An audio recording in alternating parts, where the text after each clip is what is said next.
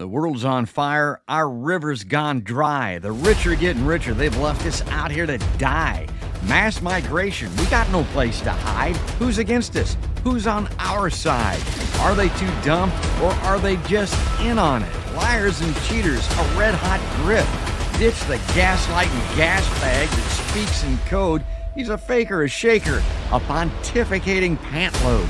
In this house of mirrors, we've hit the wall before it's too late. Let's go. Come on, y'all. It's border to border and coast to coast. It's real, it's facts, and it ain't no hoax. It's Podcast by George, and it's showtime, folks.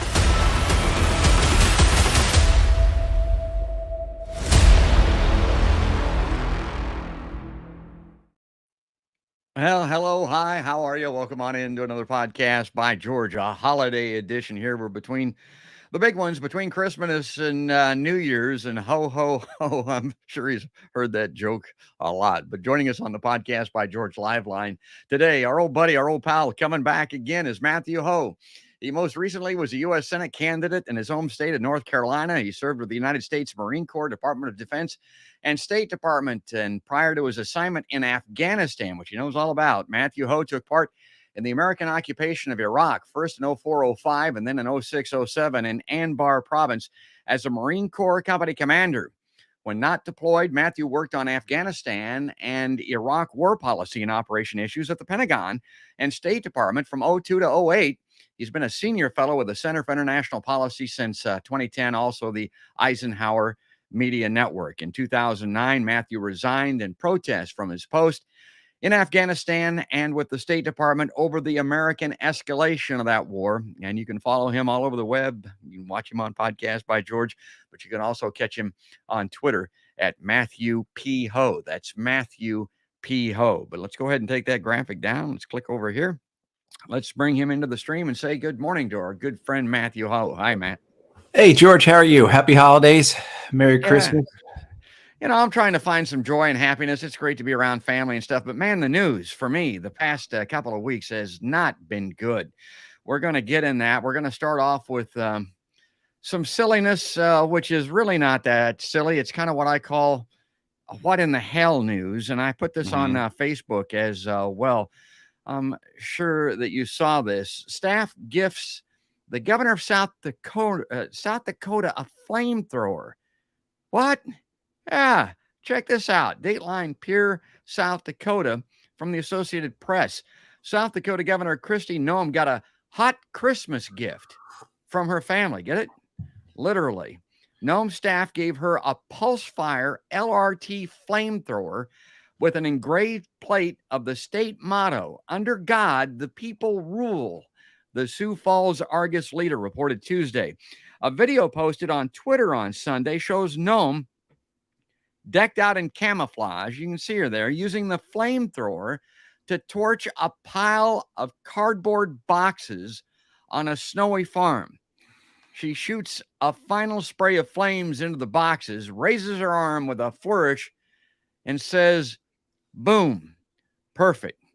So I don't know. This offends me on a number of different levels, Matt. I maybe first and foremost, if you've got any brains at all, it's part of this kidification of America with things that go boom. I mean, loud mufflers, loud motorcycles, fireworks. I don't know what it is. It's like this is, you know, what America has become. And we've got this governor of South Dakota glorifying this weapon, which is a hideous, murderous killing machine. As a combat veteran, tell us a little bit about this, maybe your experience with a flamethrower and how this strikes you. Well, the U.S. military hasn't had them in its inventory in quite a while, probably 50 years at least.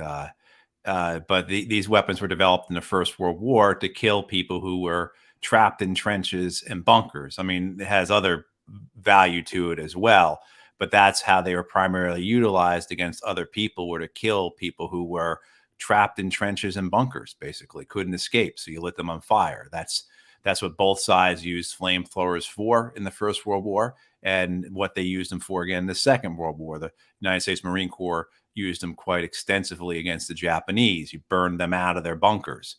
So quite horrific in its purposes and certainly in how the results came, from those things. I don't think anyone who used those, other than people that were psychopaths, found any joy in it and probably were haunted by it for the rest of their lives. Like we and I were discussing this just briefly before we went on, and adults who enjoy lighting things on fire are, they're a step or two above children who torture cats.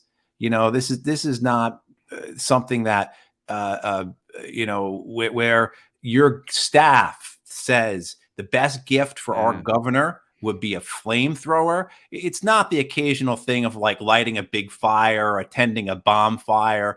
This is who this person is. And then they have the chutzpah to engrave under God, the people rule, to bring in at Christmas time, this idea of God and divinity and peace on earth and all those things, the birth of the Prince of Peace, and put that reference onto a flamethrower.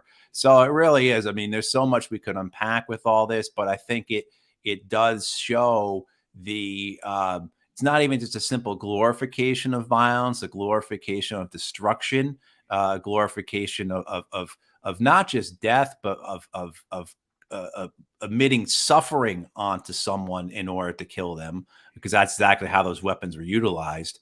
But it says a lot about who we are as a society. Of course, a society who has way more guns than people, a society that chooses to let people die rather than give them health care. In my county here in North Carolina, so we're not a northern state by any means. We have very mild winters, or where we are in Raleigh in particular, we have pretty mild weather, hot summers, of course, but we don't get real bad natural disasters or big storms or things like that too often. We're fairly well sheltered. We had 75 people die in Wake County homeless this year. I'm sure a couple more died this past year as our temperatures did drop into the single digits. So, you're talking about potentially having maybe as many as, more than 75 people dying on the streets in the wealthiest county in North Carolina over the course of the year. And I think all that, you can tie all that together. It's not too far from the extrapolation. It doesn't take, to this idea that, people are gifting their staff. Her staff is the governor of her state is being gifted a flamethrower because that suits her personality, because they think it's cool, and because this speaks to the people and this symbolizes who they are. So a tool of horrifying death and just a fiery destruction is deemed an appropriate Christmas gift to be celebrated publicly by the governor of one of our states. And I think that does say a lot about who we are as a nation. And it's the little things. I always look at photos very closely. What an affront, what an offense this is to poor people, for instance, that love peace. Yeah. And who'd somebody like that? That probably, you ever hear the Prince of Peace, folks? This is the season for this type of thing. There she is with her $650 flamethrower gift in front of her John Deere in-loader tractor there, which is a hobby farm must have, in front of her Morton building with the big American flag on it back there. And it just, this is, it really is an offense. And man, I wasn't kidding when I was talking about these people that have always seemed to have been with us, and man, have they been let out of their cages. The people that always wanted to have flamethrowers, always wanted to have machine guns, always wanted to have fireworks that they could blow up 365 days a year, always wanted to have a pickup truck they could take up the side of Mount Kilimanjaro that they go, to the grocery store with wide open pipes on their motorcycle. They kind of were held down or kept back or whatever. But in recent years, man, they're all over it. They're right up front. They are on center stage here in America. Well, we're going to get to Ukraine. I want to get to that. I don't want to spend all a day on this nut. I will say that our governor here in Iowa thinks that she's really cool. This is something that she would aspire to. That is the governor of South Dakota. Let me bring this up on screen. This is something from Monday of this week. Representative-elect George Santos admits to lying about bio, but says he still intends to serve in Congress. Okay, so get this, Matt. And you just ran for senator out there in North Carolina. There he is, this guy, just really campaign photo, I guess. This is from CNN.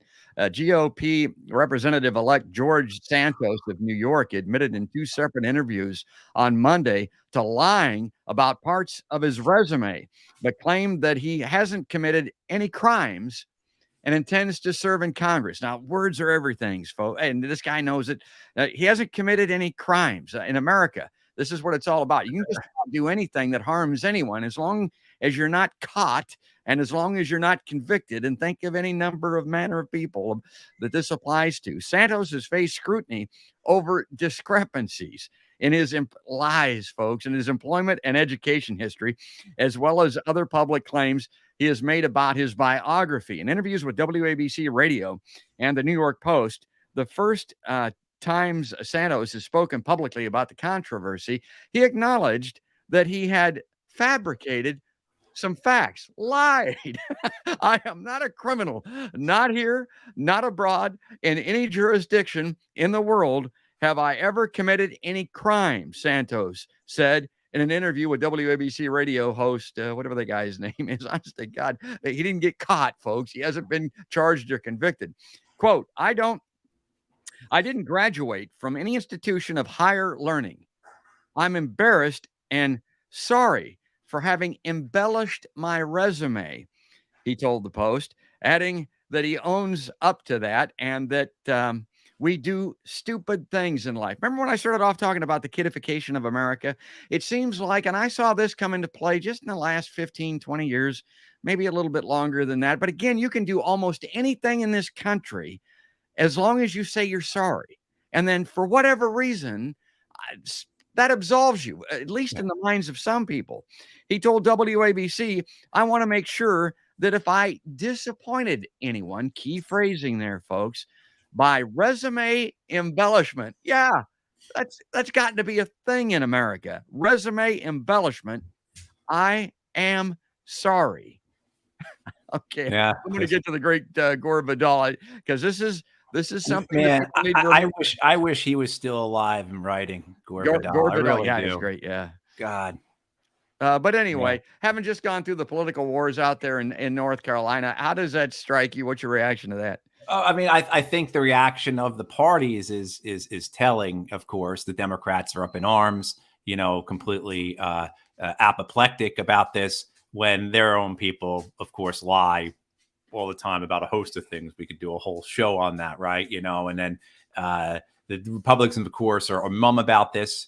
And I think what they do is they just trade off, right? So the Republicans won't do anything about this. They certainly won't censor him or kick him out of Congress. I can't see that happening. That's Democrats are demanding. And then when a Democrat gets caught lying or doing something untoward, the Democrats act the same way too. They don't say anything. And I mean, so the system that we have emboldens this kind of thing.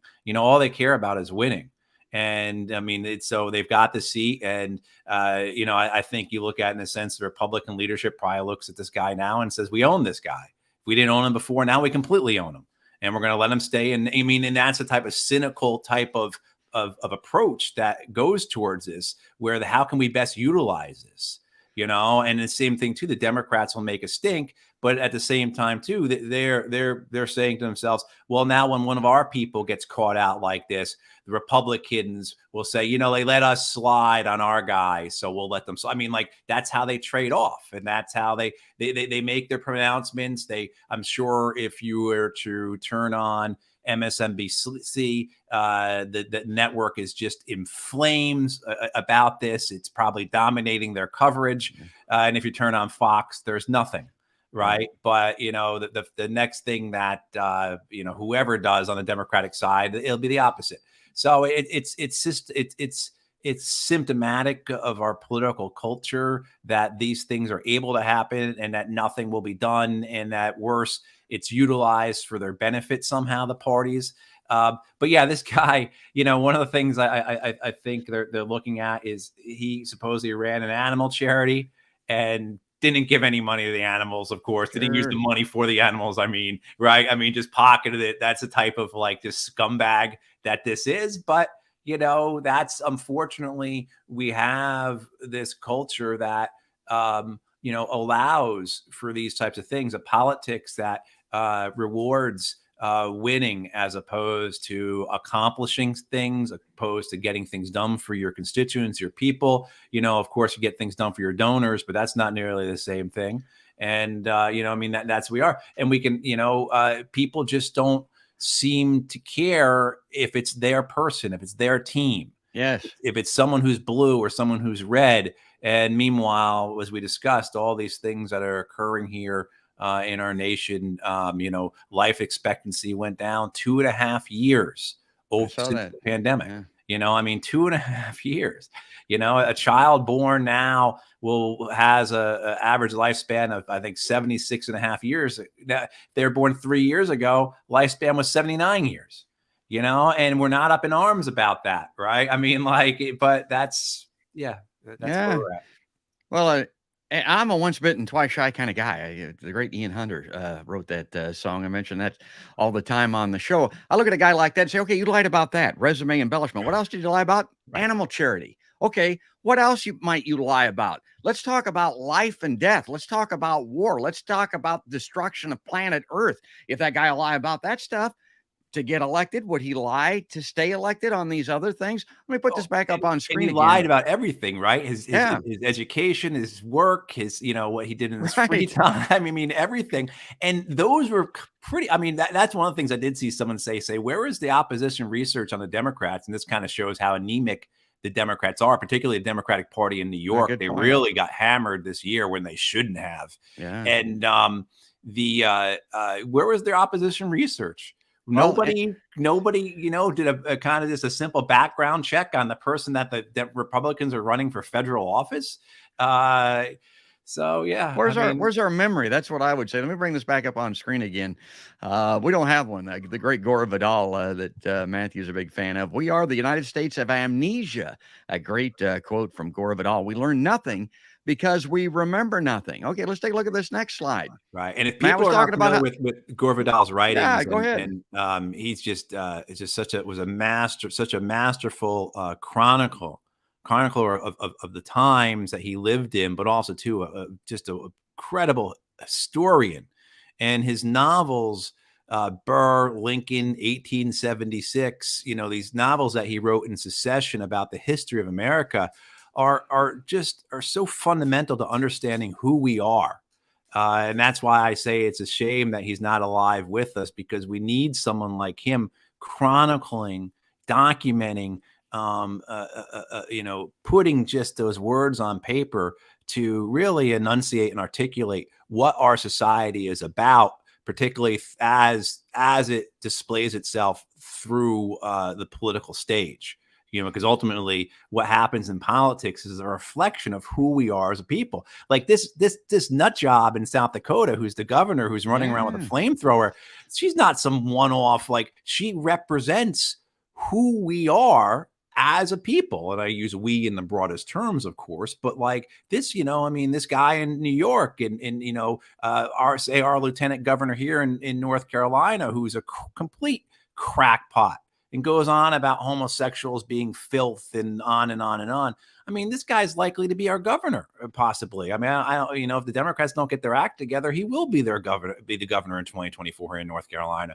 That's a representation of who we are as a people. It really does. As corrupt as the system is, well, that corruption is a reflection on our society. It is, and it adds and builds. So there's Gore Vidal. But the reason that I wanted to bring him up, because I thought about that immediately. When I saw that guy and his resume fabrication, here's what I thought of. I can remember this, folks. I got a memory, for God's sake. Right. That time Joe Biden lied about his academic credentials. The presidential candidate bragged about graduating in the top half of his class at law school. He was 76th in a class of 85. He later apologized for misrepresenting his record. Now, here's the New York Times report published soon after the incident. This is out of Mother Jones, and they're citing the New York Times. In his statement today, Mr. Biden, who attended the Syracuse College of Law and graduated 76th in a class of 85, acknowledged, "I did not graduate in the top half of my class at law school, and my recollection of this was inaccurate." Now, think about this guy in New York from Monday and the way he framed his error. As for receiving 3 degrees, Mr. Biden said, "I graduated from the University of Delaware with a double major in history and political science. My reference to degrees at the Claremont event was intended to refer to these majors. I said 3. I should have said 2. Mr. Biden received a single BA in history and political science. Okay, I got an undergraduate degree. You know how many I got, Matt? 1. I can remember that. How many did you get? Do you recall? Or I got 1. Yeah. You know, I mean, right? You know, since and that second half is not so bad. I could see how you could, if you're honestly, you know, you're a double major. You say I had 2. Let's keep going here because it gets better. With regard to my being the outstanding student in the political science department, the statement went on, my name was put up for that award by David Ingersoll, who is still at the University of Delaware. So, okay, I don't know who that guy is, but he's put his name in a hat for that. But he was not the outstanding student in the political science department. Those are kind of things that you shouldn't ever forget. In the Sunday interview, Mr. Biden said of his claim that he went to school on full academic scholarship. My recollection is, and I'd have to confirm this, but I don't recall paying any money to go to law school. Newsweek said Mr. Biden had gone to Syracuse on half scholarship based on financial need. Okay, I didn't get any scholarships. I can remember those types of things. And I've got what they call here the receipts for this, Matt. This is great. I've got the video. Let me play this. And that's the thing too. It's like, so I kind of gave him a pass on that one about the double major or whatever. I can see you semantically, you get tripped up on that, you know, or whatever. But this stuff, you don't remember if you paid half of the college tuition, you know, I mean, like, and then the other one too, about where you were at the top of your law school class, but you're 10 from the bottom. Like, I'm pretty certain that's the kind of stuff that you don't ever forget. Like I didn't graduate with any honors any place. And there's no way I'm ever gonna not recollect that, in the sense of and we got to remember too, but this is Biden, right? This is the guy who had to drop out of the 88 presidential run because. And that's where this comes from. Okay. Here's the video. Watch this. Question: what law school did you attend, and where did you place in that class? And the other question is, could you quickly? I think I probably have a much higher IQ than you do. I suspect. I went to law school on a full academic scholarship, the only one in my class to have a full academic scholarship. In the first year in law school, I decided I didn't want to be in law school and ended up in the bottom 2/3 of my class, and then decided I wanted to stay, went back to law school, and in fact ended up in the top half of my class. I won the International Moot Court competition. I was the outstanding student in the political science department at the end of my year. I graduated with 3 degrees from undergraduate school and 165 credits, only need 123 credits, and I'd be delighted to sit down and compare my IQ to yours if you'd like, Frank. If I could say one thing, I think just in my own, I'm not questioning your IQ at all.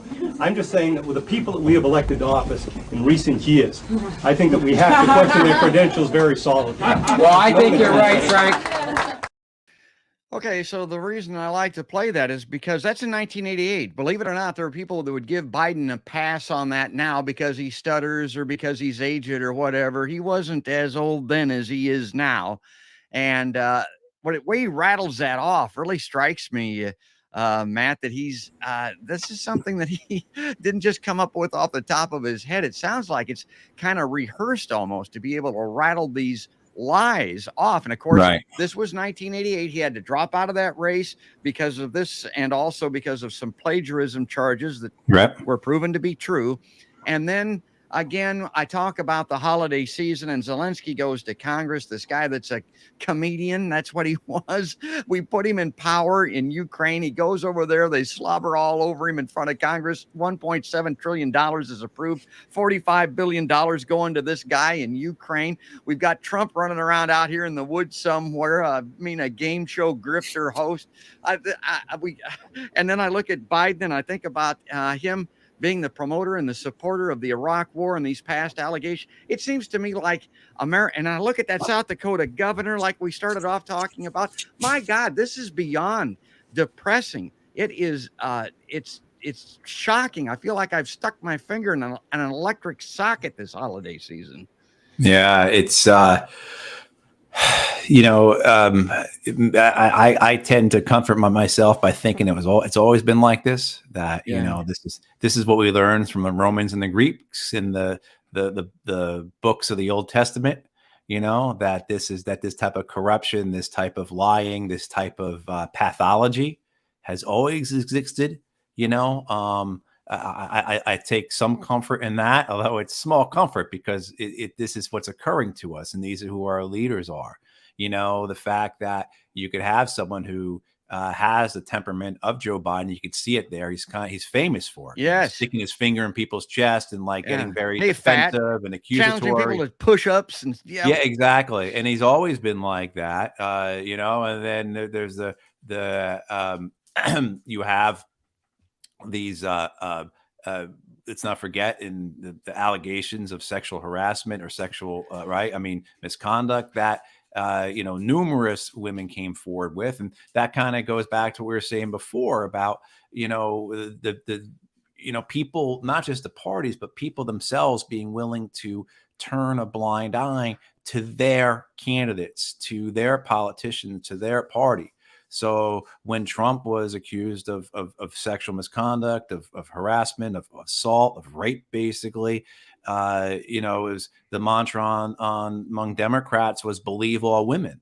And then when women came forward with credible accusations against Joe Biden, you know, those women were defamed, they were diminished, they were hounded, they were harassed, you know, I mean, and so this partisanship, you know, this team type of attitude, where it's very similar to I am how towards my sports teams. I'm a New York Mets fan. I will be a New York Mets fan forever, and nothing you will ever do will ever change me. No matter how bad that team is, no matter how awful the ownership was for decades, all those kinds of things, none of that's ever going to change for me. And I will never root for the Phillies kind of thing, you know, but those are sports. It's baseball, you know, and here we have these things where people are willing to cheer for things their parties do or you know, give them passes or apologies for things they don't do, even as it affects them.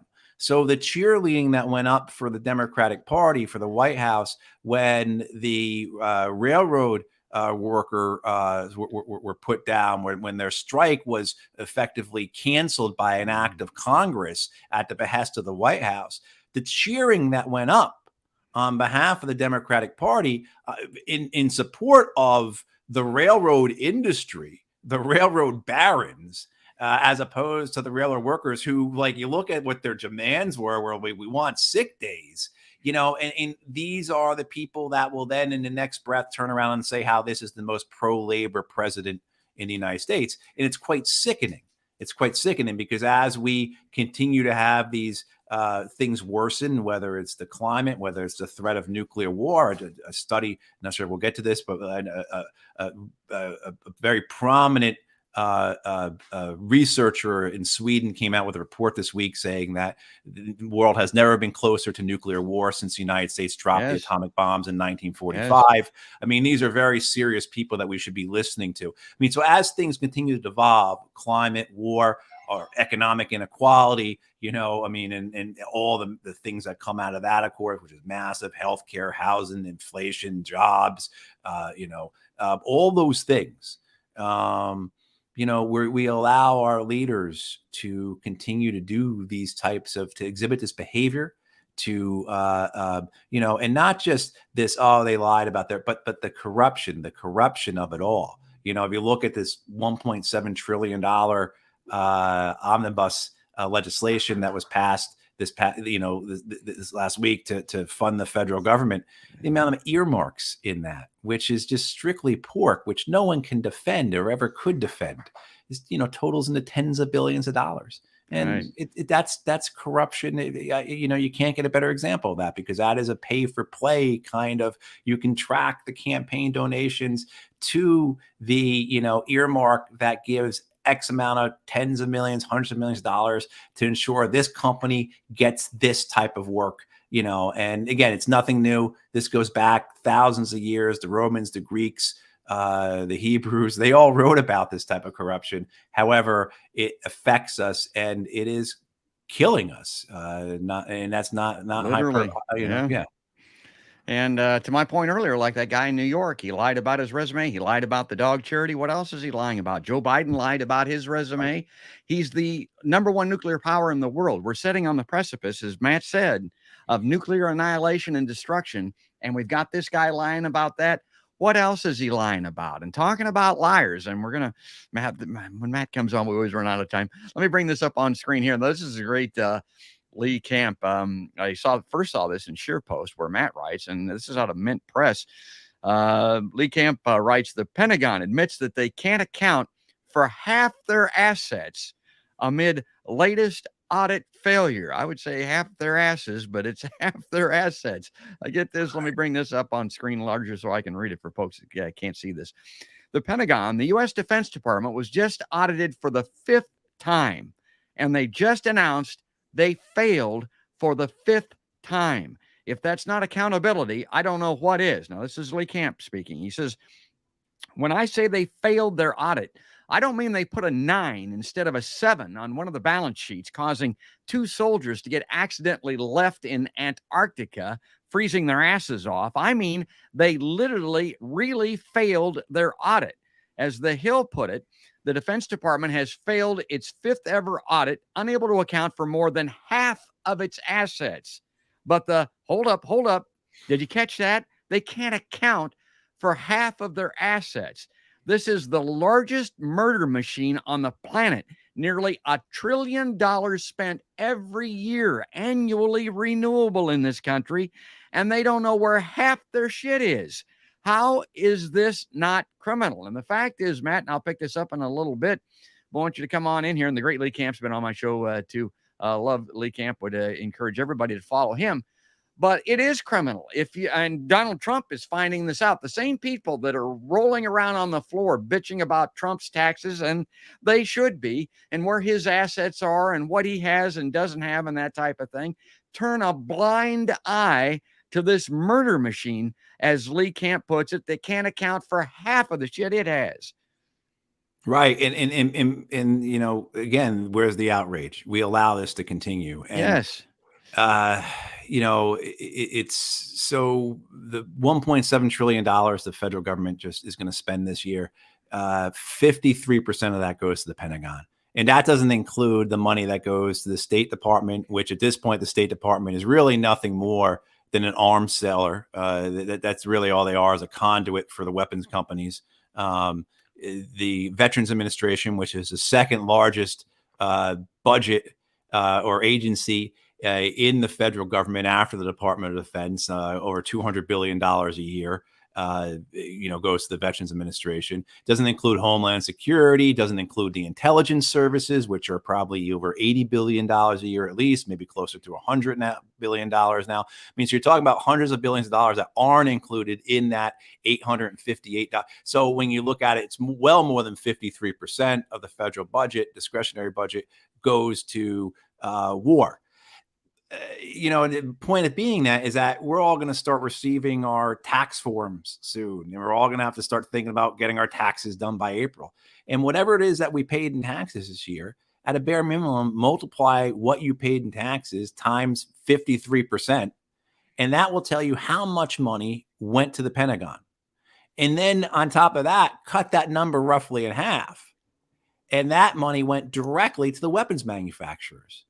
Because half of that $858 billion that was just appropriated to the Pentagon, half of that goes to contractors, goes to Lockheed and Raytheon and Northrop Grumman and all these other ones. It doesn't go to the troops. It doesn't go to, it goes to contractors. So roughly at least a quarter of what you pay in taxes goes to Lockheed, Raytheon, Northrop, Boeing, and so forth.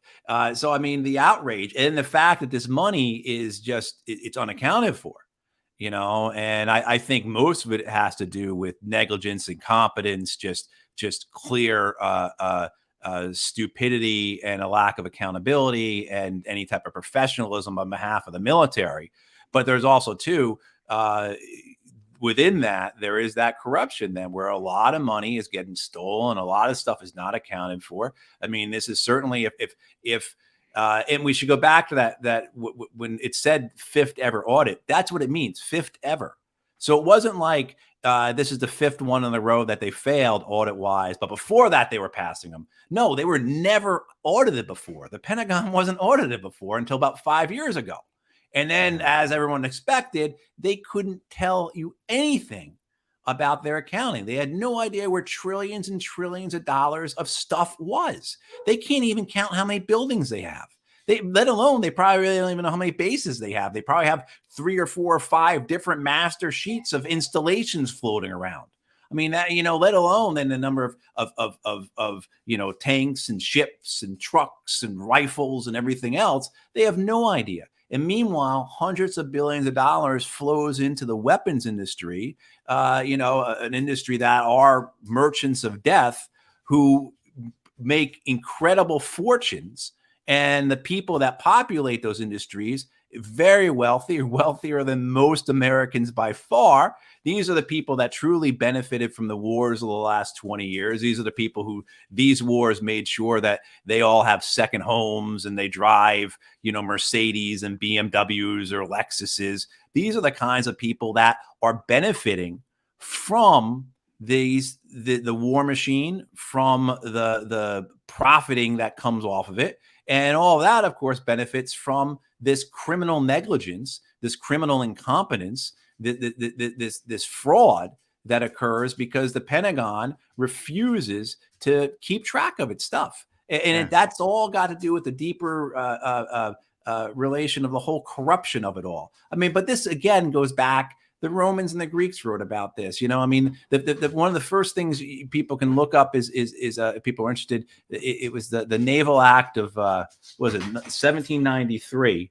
and it was I think it was a Naval Act, but it was basically the United States needed a navy, so the first Congress appropriates money to buy these frigates.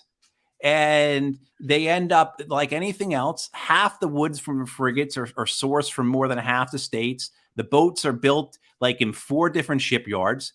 And then what happens is that it ends up being twice as expensive to buy these boats.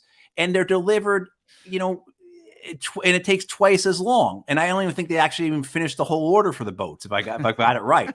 But I mean, so it's always been this way, this type of corruption. And it just goes back to what you say all the time, George, and you play the clip from Casino and everything. But it's, are they too dumb or are they in on it? Look, you haven't, we're all ready for it, right? I mean, but because it comes over and over again. And it is, I think it's an intertwining of that corruption and that incompetence that allows, so many to prosper, at the trough of public funding, basically. Meanwhile, while so many people suffer. Yeah. And meanwhile, while they tell us that there's no money here for these other things, and it's, right. It's just an automatic. It is a slot machine if it is for the war machine. Let me bring this up. I want to read this out with Lee Camp, because this is really, Lee stuff is great. He says, if you worked at a shoe store or a hardware store or a daycare and you couldn't locate half your inventory, you'd be locked up right now. But apparently, if you're simply responsible for more killing on the planet Earth than any other modern organization, no one is held accountable for anything. Let's get back to that quote earlier. The Defense Department has failed its 5th ever audit, unable to account for more than half of its assets, but the effort is being viewed as a teachable moment. My God, remember I talked about the kidification of America? According to its chief financial officer, a teachable moment. If you like, they left the gate open and their new puppy ran over to the neighbor's yard and got all muddy. That's a teachable moment. The U.S. military can't account for trillions of dollars of killing devices. Lee says, let me back up a second. Federal law has required mandatory audits. This was what Matt was talking about, this, of all government agencies since 1990. The Pentagon simply ignored that requirement until 5 years ago. That's what Matt told us. Why did no one in Congress demand they abide by federal law before that? Because it turns out the Pentagon has all the things that go bang, bang. And man, we love things that go bang, bang. We love things that shoot flames. So they pretty much do whatever they want. And man, that is a truism if there ever was one, Matt. The Pentagon gets their way. They do whatever they want. This has been going on for some time. And of course, I talk to some people and say, well, I guess Americans support this kind of thing because it makes them feel safe. But my God, it's a simple fact. I don't think anybody denies that the doomsday clock is at, 59 and a half minutes, for Christ's sake, that we are on the precipice of nuclear war. How can you say or believe, America, that this kind of activity is making us safer? It's not only not making us safer, it has the planet on the precipice of doom. And it's all for greed. It's all for greed. Yes. I mean, don't get me wrong, there's a lot of megalomania that drives our geopolitics and drives our wars. And certainly there's all different types of categories that you could put people into to understand their motivations for things like the Iraq War, the Vietnam War, the wars in Central America, Spanish American War, et cetera, et cetera. But, certainly the greed is a huge aspect of this. And you look and you see, say the work that Stephen Semler does, and you've had Stephen on your show a number of times. He's just absolutely fantastic with the Security Policy Reform Institute, and so Stephen crunches numbers all the time. And what he tells us is that after this, this latest appropriation of $858 billion to the Pentagon, again, as we were just discussing, they can't even keep track of that money. So who knows where it's going to? We know where it's going to. It's going into the pockets of the corporations. We know that, right? But, because we're pretty certain that the corporations are receiving what they're asking for, right? So I don't think the money's getting lost on its way to the Bank of America account for Raytheon. However, that $858 billion, which is $88 billion more than we spent on the Pentagon last year. So in 1 year, they're getting an $88 billion increase to the Pentagon budget, which is twice as much as the federal government's, more than twice as much as what the federal government spends on climate change, a real threat to us. But, what Stephen does is Stephen breaks it down and says, okay, who voted for this? Who didn't vote for it? And how much campaign contributions did these members of Congress get from the weapons industry? And no surprise, everyone knows what I'm going to say here. The people who voted for the defense bill got a lot more money from the weapons industry than those who didn't. Yes, factor of 6 or 7 times as much money. So if you're a senator who voted for this defense bill, of which 88, I think, voted in the Senate for this defense bill, and it's a misnomer to call it a defense bill, but for this, it's got 7 times as much money from the military industrial complex, from the weapons contractors, as you did if you voted against the bill. And I don't think anyone who denies that correlation, but there are people who do. There are people who stick their head in the sand. Certainly, if you were to talk to, as I used to do, the mainstream press, to establishment press, to the Times, to the Post, CNN, they would get upset if you accused people of corruption. It was rude. It was untoward. Well, that's not really polite to say that all this money they're taking is having an effect on how they vote. And of course, when you accuse the members of Congress of that, they get very upset. You ever see Joe Manchin get accused of it? He gets very upset about it when he's the biggest crook in the entire Congress and biggest crook of the century. And against a lot of other crooks from previous centuries, he rank up pretty high. He should be pretty proud of himself for how, where he would rank in the pantheon of criminals that have occupied our government mansion is pretty high, right? But but the idea that why isn't CNN or MSNBC or Fox is screaming about this $1.7 trillion bill because we're giving a couple $100 million for women's rights, around the world and different things, and for helping, with this LGBTQ program in Minnesota or something like that, and like chump change compared to the overall budget. Fox is having a breakdown over it. But in these cases where it's clear the corruption is as glaring, as bright as the sunshine is today here in North Carolina, now they don't touch it. They let it go because they're all in on it. It's a big club. And as George Carlin would say, it's a big club and you ain't We in ain't it. in it. Yeah, they're all momos, folks, from the movie Casino. While you were talking, I was thinking the great Jimmy Dore, who has been an influence on my show. I've never had Jimmy on. I sure would like to get him on here, but he cited something. I don't know where he got it from. Maybe he got it himself, but he made the best point ever to illustrate what's happening, and that is Donald Trump. And I'm no fan of Trump. My God, throw his ass in jail tomorrow and let Julian Assange out. Right. That's the way I feel about Donald Trump. But he says that the same Democratic-controlled Congress was giving Trump $50 billion more a year to execute at least seven wars around the globe at the same time that bug-eyed Gomer from California, what's his name? I can't even think of it now, that was chasing him around and telling everybody that Trump was an agent of America, or an agent of Russia, that he was an enemy of America, that he was someone who was a puppet of Putin. Right. They were giving him $50 billion more to execute war around the globe than he was even asking for. Now, what does that tell you about our elected representatives and the military-industrial complex influence in this country? And I want to bring this up on screen because Matt has referenced it several times here before we run out of time. This is the House passing $1.7 trillion in spending for Ukraine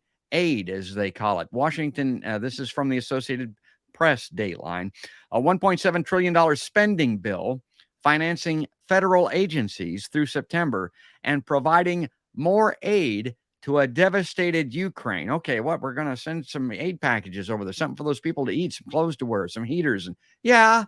But you know what most of that is? It's bombs, baby. That's what it is. It cleared the House Friday as lawmakers raced to finish their work for the year and avoid a partial government shutdown. The bill passed mostly along party lines, 225 to 201. It now goes to President Joe Biden to be signed into law. Man, I got to tell you, and you can interrupt me here, jump in, but when I read stuff like that, now I'm a child of the 60s or 70s. When I see that along party lines, I think, well, it's for war making and stuff. Those damn Republicans, they're voting along their party lines. No, it's the other way around. Passage of the bill represented a closing for Representative Nancy Pelosi's second stint as House Speaker, and for the Democratic majority she led back to power in the 2018 election. Republicans will take control of the House next year with Representative Kevin McCarthy, another nut, campaigning to replace her. The Senate passed the defense-heavy measure with significant bipartisan support Thursday, but the vote was much more split in the House. Some 30 GOP lawmakers promised to block any legislative priority that comes from those Republican senators who voted for the bill, and leadership urged a no vote. So the Republicans, they're astute at playing these political games. They know how to play hardball. I wish the Democrats were better at that. In the end, 9 House Republicans voted for the bill. 7 of them are leaving Congress. Only Representative Brian Fitzpatrick of Pennsylvania and Steve Womack of Arkansas are returning. The lone Democrat to vote against the measure was Representative Alexandria Ocasio-Cortez of New York. So this is a warmongering measure, folks. It's a pork barrel. It's this bill omnibus spending. Lawmakers provided roughly $45 billion for Ukraine and NATO allies, more than even Biden requested. Here's this thing again. What about that, Matt? Do you think I would like to see a law? And I talked about the situation with Trump.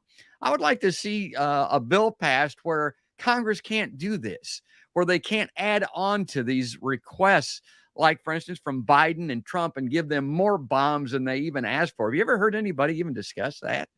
Well, just again with the money, go back to our friend Steven Steven Semler, and he looked at this, the $47 billion, and he found that $20 billion is going directly to military contractors. Yeah. So that $47 billion, 20 of it's not leaving the United States. It's going right into the bank accounts. Wow. But that's even, and he pointed this out, and something, I noted as well. A lot of that other money, say the humanitarian assistance money that's included in that, well, that goes to State Department contractors. That goes to development contractors, Development Inc. as they call it, which has a huge presence that tends to fly under the radar. It's all these companies that make billions and billions of dollars off the year working for USAID, the development arm of the U.S. government. And, you know, rough estimate of that from my time doing that kind of work a bunch of years ago is that 40% of whatever is appropriated for development work, you know, you're supposed to go and do humanitarian assistance or build wells or build schools or whatnot. 40% of that never leaves the United States. 40% of anything that's said to be done for humanitarian assistance gets taken out as overhead costs by the American contractors who are implementing it on behalf of the State Department or USAID or whoever. So when you look at that $47 billion on top of the, you know, was it 70 or $80 billion that's already been appropriated, and they're already talking about another $45 billion to appropriate for Ukraine. I mean, the amount of money that just stays here in the United States doesn't even get near Ukraine. You know, it's tens and tens and tens and tens of billions of dollars. I mean, it's just the racket that this is. You know, they've got a really good thing going. And you know, yeah, your point was, you know, the amount of money that we spend on all this, and that what goes towards, you know, bombs and for killing, when so many people could benefit from just a modest increase in services. You know, one of the things that gets left out of this $1.7 trillion spending, among a host of things, including helping all those Afghan refugees that we're about to turn our back on. And anyone who's listening, if you don't think we're going to do the same to the Ukrainians, you've got that amnesia that Gore Vidal is talking about. You know, because we're going to abandon the Ukrainians as soon as it's politically convenient, just as we did with the Afghans. You know, I mean, you know, but among all kinds of, I don't think COVID funding, I don't think there was funding for pandemic protections for, you know, I mean, all that, you know, I mean, so as something that's killed over 1 million Americans doesn't make the cut for this bill, but yeah, give the Pentagon 85 or $88 billion more than it got last year, of course, because they've earned it, right? I mean, but, you know, the child tax care credit, you know, something that like had a demonstrable effect on people, on everyday people, on families. Tens of millions of families benefited from that, and they abandoned it. They cut child poverty in half. Which, oh my God, you know, that'll make me vote Democratic, right? That'll make me vote for the Democrats if you do something like that. But no, it was theater. They did it for a period of like 9 months, and then they've abandoned it, and they talk about, you know, and so you think, who are these people? What do they care about? And you see with AOC, good on her for voting against this thing. And she voted against it because she said she wasn't going to support any increases to the Department of Homeland Security or to ICE, Immigration Customs Enforcement. But, you know, where was she with the railroad workers? You know, why did she vote for that? You know, and at the same time, too, Rashida Tlaib, who voted against the railroad, you know, cutting down the railroad workers, she voted for this thing. So I think people are, I mean, the term I've heard now is that people are familiar with the rotating villain is the rotating hero. That the members of the squad, these great progressive champions that are supposed to be based, you know, these leaders of principle, you know, who all came into Congress saying, I will, you know, vote my values. I will represent my people. And if that means I don't get reelected, then so be it. They've all turned on that, you know, so they get to be rotating heroes, where Tlaib got to be a hero with the railroad workers. And now AOC gets to kind of stand up against this expansion of ICE and DHS, which needs to be stood up against. But, you know, the consistency isn't there. And so, yeah, I mean, it is. It's the racket that is here is massive. I mean, this is something that, you know, you can't summarize this in an article. This requires a book because it is so complex, so layered, so deep, so historical, this racket that, and it explains our society. It goes back. I mean, again, we're going back to the flamethrower with that nut job in South Dakota. It explains who we are as a people, how we treat our people, what we value. We value destruction and death over life and progress. I mean, that's clearly who we are. I mean, I'm sorry for the very warm holiday message I'm putting out here. That's exactly right. I was going to say, I've got a a little Substack from Chris Hedges that I wanted to read, but we're out of time. But I mean, he's all over it. I mean, he's right on it, and he's citing the fact that, again, this is telling us that we don't have the money for this to solve these problems at home, and they just let them languish. That's pissing down my back and telling me it's raining when you can do stuff like this, bipartisan, almost unanimously. Bink. I mean, right there, man, there's that money. It's going over to Ukraine. And whether or not that is something we should be doing right now is very dubious. I don't know if people follow the news or not, but Putin said that he might want to talk right now. And Ukraine saying, maybe next month. But whatever. I mean, do you really want to exacerbate that situation by doing this? But that's what we did. Matt, we're out of time. I want to keep it within an hour here today for the holidays. And I appreciate people that commented here on the show today. I always like to bring that up. I don't think I think Jack had the last comment here that I wanted to put on. But I want you to close. Give us a wrap up here. Give us maybe walk me off the edge here a little bit, because like I said, it's been kind of a depressing holiday for me when I look at the the news and current events of the day. Well, I think this offer by Putin to negotiate, if you can take it, you got to take it at face value. I mean, this guy is not, he's not as untrustworthy, I think, as our punditry make him out to be, but he's certainly not trustworthy. I mean, in the sense that he's going to do what he needs to do for his own interests. But this is a chance to call his bluff. And the worst thing that happens with negotiations, if they fail, you start the stalemate all over again. That's where the war's at. It's in the stalemate. Both nations, both sides have resources that will allow this stalemate to go on forever unless something cataclysmic happens or something happens that upsets the overall nature of the whole conflict. But I don't see that. Even if, say, Zelensky was overthrown in a coup, he's going to be overthrown by hardliners who are going to keep the war going in perpetuity. And the same with Putin. If Putin's overthrown, he's not going to be thrown by some pro-American, Democrat. He's going to be overthrown by hardline nationalists. That's who he'd be overthrown by. You know what I mean? So, like, this is an opportunity to, at the very least, call his bluff then. And if you have a ceasefire, what's the worst that comes of it? What's the worst that happens? The war stops for a bit. People stop being killed. I mean, you could be cynical about it and look at it as like, well, here's an opportunity to rearm the Ukrainians then. If you got a ceasefire, you can rush all kinds of trucks from Poland with weapons to the Ukrainian front then.